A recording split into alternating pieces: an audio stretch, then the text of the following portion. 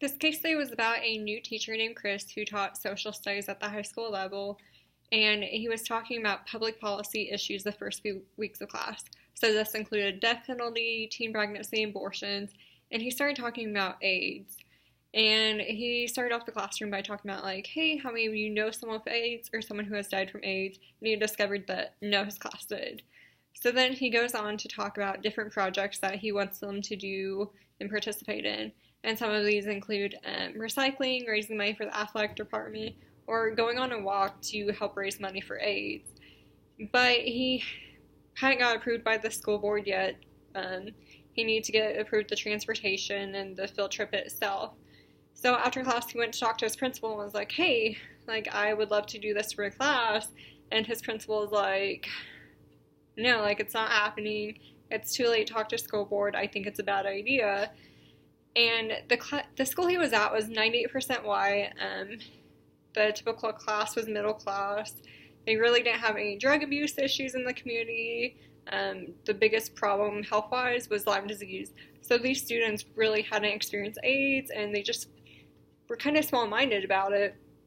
And so he's like, okay, well, like, if the principal is not going to help me out, then I'll have my students help me out.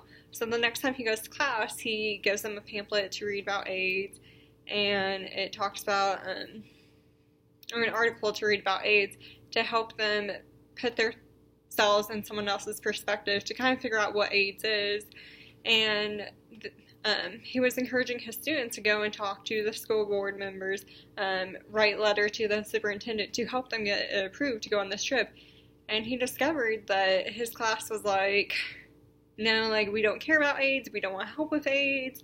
AIDS is caused by gay people having sex with one another. And he just realized that, like, my students, like, are so small-minded, they don't understand that, like, there's many other causes for AIDS, and he just was not prepared for this, and he was shocked by all the misinformation they were tossing around, and it was just a moment for him to be like, shoot, maybe I should have planned this better, maybe I could have educated my students better, and just, like, he went about it in the wrong way.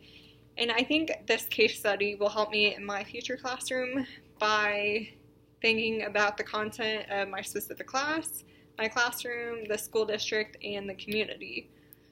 So even though he was a first-year teacher, he knew that his community was middle class, like I said, 98% white, and he didn't think to look at what they are used to. So there are things that, like, if you don't experience, then you don't understand, and you were small-minded about because you haven't had to experience it. And the things you do hear about that specific topic come from, like, not reliable sources. So maybe movies or shows they watch or even video games they play. So I think as a future teacher, based on this case study, I would like to focus more on the content of my class and understand where they are coming from, why they have the perspective they do, and then I can use that to my ability to not change their minds or change their opinions, but help them have empathy and look from a different perspective of things.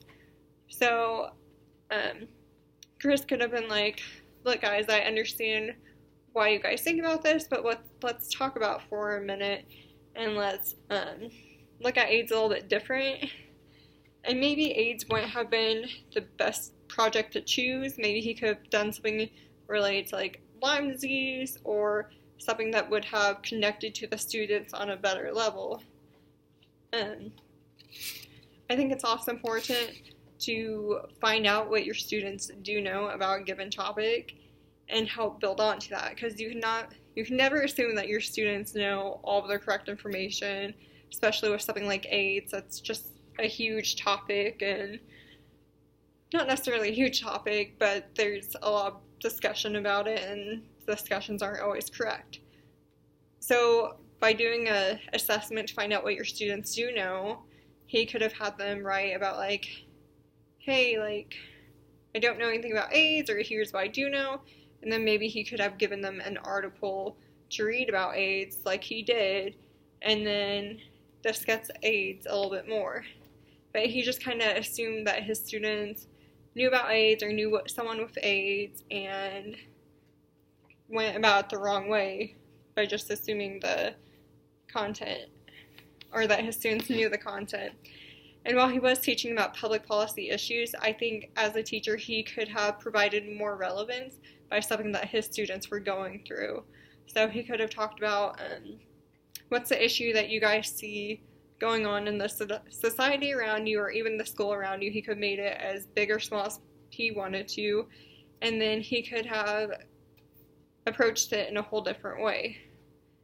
So my takeaway as a teacher is to focus on what's relevant to my students while considering the content of the community, the school, the class size, and thinking about my lesson plan and preparing ahead of time, assuming like they know everything or they know nothing, and until I do an assessment I can't accurately plan my lesson plan.